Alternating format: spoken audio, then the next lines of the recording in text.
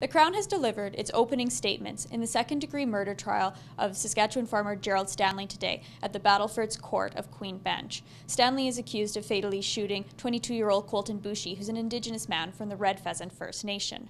We're hearing for the first time some of the details of the investigation into that shooting. The Crown's first witness is an RCMP investigator who was called out to the scene hours after Boushie was shot. Now, it's believed that Boushie and 4 friends drove onto Gerald Stanley's farm in a grey Ford Escape, and part of the investigation has involved looking at that car.